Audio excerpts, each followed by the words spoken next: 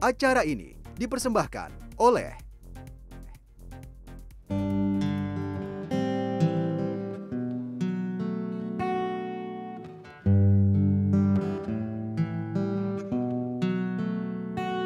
There's a place in your heart, and I know that it is love.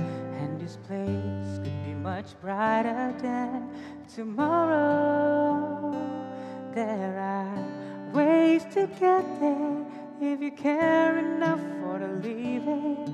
Make a little space, make a better place, heal the world, make it a better place for you and for me and the entire human race. There are people dying. If you care enough for the living, make a better place for you and for me. Hello Healthizen, welcome back to Dear Doctor. Halo, apa kabar Healthizen? Dr. Algufron balik lagi di sini di Dear Doctor.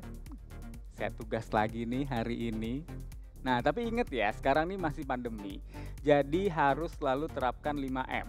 Pakai masker, mencuci tangan, jaga jarak, menghindari kerumunan, dan membatasi mobilitas. Nah, langsung aja daripada bengong, mending kasih konsultasi ke saya via Instagram dan Twitter. Nanti bakal kita bahas di Dear Doctor. Nah, kali ini kita udah ngumpulin nih pertanyaan dari ratusan Healthizen yang masuk nih, yang akan kita bahas pada episode hari ini. Yang pertama datang dari Yori Speed.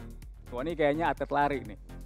Dear Doctor, jika saya terpaksa harus berobat ke rumah sakit, apa tips aman selama saya berada di sana? Karena kan biasanya harus berpindah-pindah dari satu loket ke loket yang lain. Belum lagi harus berpindah-pindah antrean. Dear Yori Speak, jika terpaksa harus berobat ke rumah sakit, pastikan Anda memakai masker saat datang ke rumah sakit. Dan minimalisir jumlah pengantar. Jadi jangan yang sakit satu, yang nganter pakai pick up gitu, rame-rame satu keluarga gitu, jangan. Jadi kalau bisa diminimalisir, kalau misalnya yang sakit satu, ya yang nganterin ya satu orang aja atau mungkin maksimal 2 orang gitu.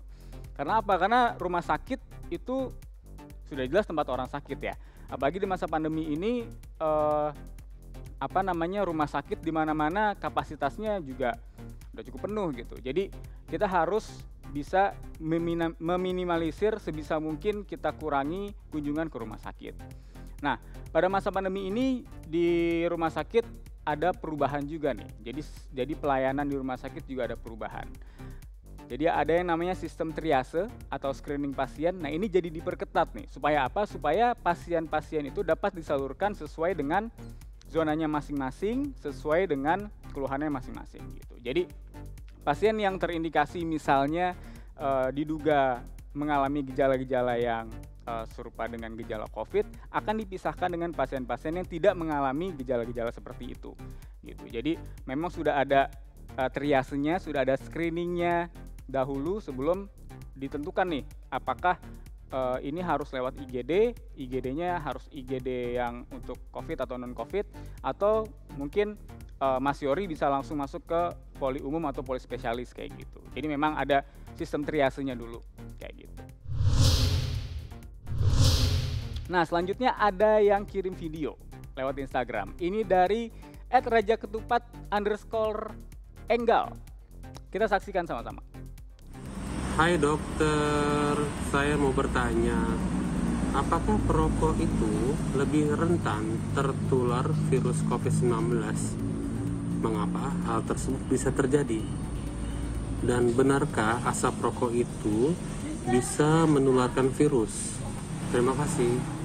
Di @rajaketupat_enggal. Kalau merokoknya sendirian di atas bukit sih pasti nggak bakal ketularan siapa-siapa ya. Karena yang pasti orang yang lebih rentan tertular adalah orang yang tidak menjalankan protokol kesehatan. Jadi nggak ada hubungannya kalau misalnya kamu perokok atau bukan, apakah meningkatkan resiko penularan, nanti akan saya jelaskan. Nah, perokok atau tidak, tetap saja harus menjalankan protokol kesehatan dengan ketat. Karena penularan virus COVID adalah melalui droplets. Walaupun pada beberapa penelitian ada yang menyebutkan virus COVID dapat menyebar melalui aerosol di ruangan tertutup, tapi sampai sekarang belum ada penelitian yang menyebutkan asap rokok bisa sebagai perantara penularan virus COVID. Nah, jadi kalau misalnya masnya mau merokok gitu ya sama teman-temannya bareng-bareng, terus kemudian beberapa hari kemudian di swab test gitu hasilnya positif, kemungkinan besar bukan dari asap rokoknya, tapi dari droplets yang muncrat atau keluar dari orang yang merokok itu. Gitu. Jadi kalau misalnya merokoknya sendirian ya resiko untuk ketularannya jadi nggak ada, karena nggak ada yang bisa nularin juga kan. Tapi kalau misalnya merokok bareng-bareng teman-teman, nggak mungkin kan ngerokok pakai masker gitu. Jadi penularannya bukan dari asap rokoknya, melainkan dari droplets yang keluar dari orang yang merokok. Kurang lebih gitu. Nah, terus ada lagi nih pertanyaan dari DM voice note di Instagram saya. Ini dari Simbuka Alvena. Nah, coba kita dengerin nih. Dear dokter, kontak erat itu gimana sih dok? Saya bisa dibilang kontak erat dengan positif COVID-19 itu kalau gimana ya dok? Nah, oke. Dear Simbuka Alvena, pertanyaannya bagus banget nih. Karena sampai sekarang mungkin masih ada beberapa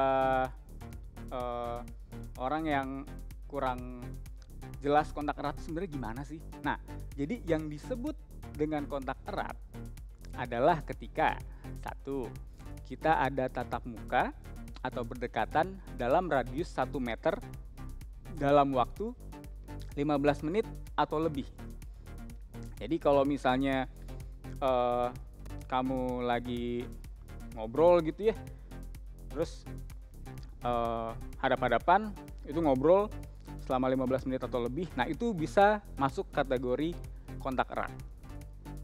Atau yang kedua nih, ketika ada sentuhan fisik langsung. Jadi misalnya berjabat tangan gitu ya, atau gandengan tangan, atau pegangan tangan gitu. Nah, itu bisa disebut dengan kontak erat juga.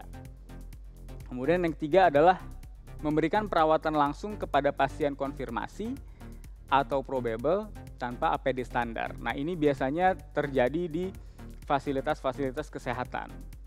Yang mana mungkin pasiennya yang pertama belum ada gejala gitu ya, atau mungkin hasil labnya belum keluar, terus kemudian nakesnya kebetulan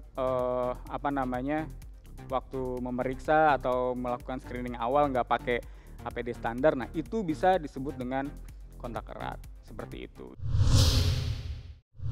Nah, selanjutnya ada pertanyaan dari akun @kokomala4.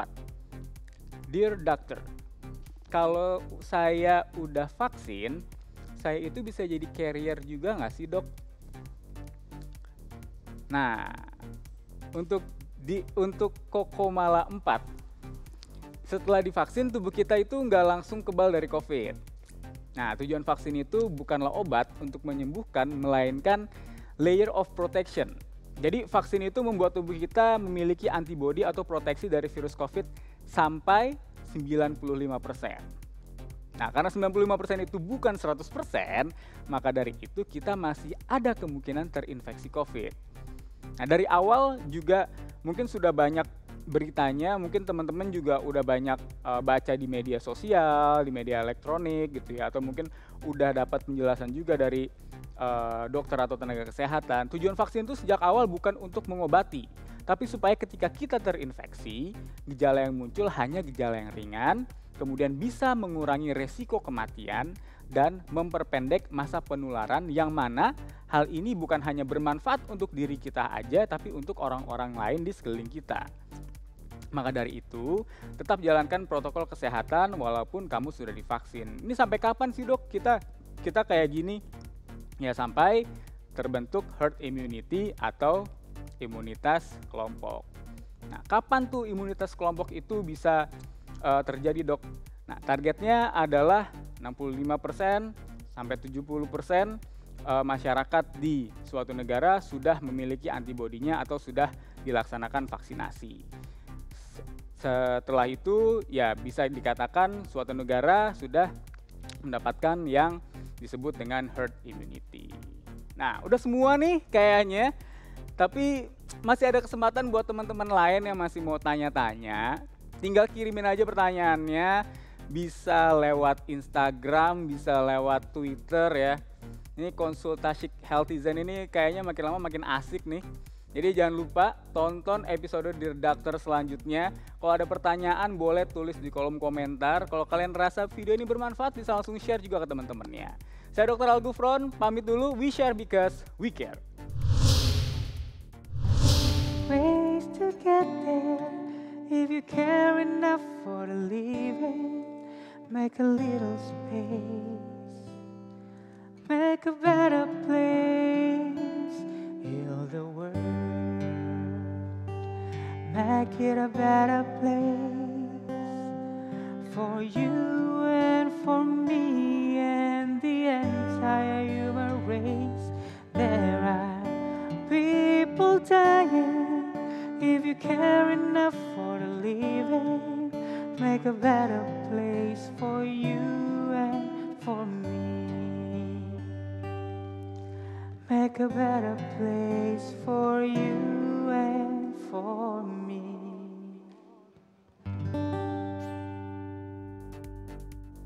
Acara ini dipersembahkan oleh